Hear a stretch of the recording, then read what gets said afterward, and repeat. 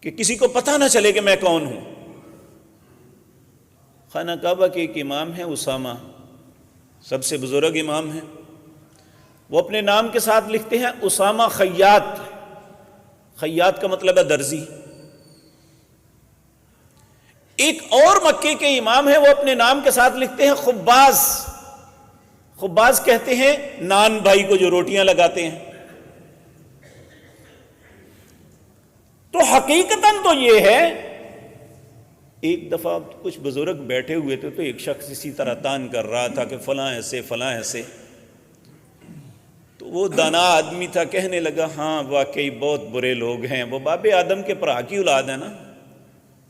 وہ کہنے لگا باب آدم کا بھائی کون سا تھا؟ تو انہوں نے کہا اگر باب آدم کی ساری اولاد ہے تو پھر وہ برا وہ اچھا کیسا ہو گیا؟ ایک ہی تو باپ ہے۔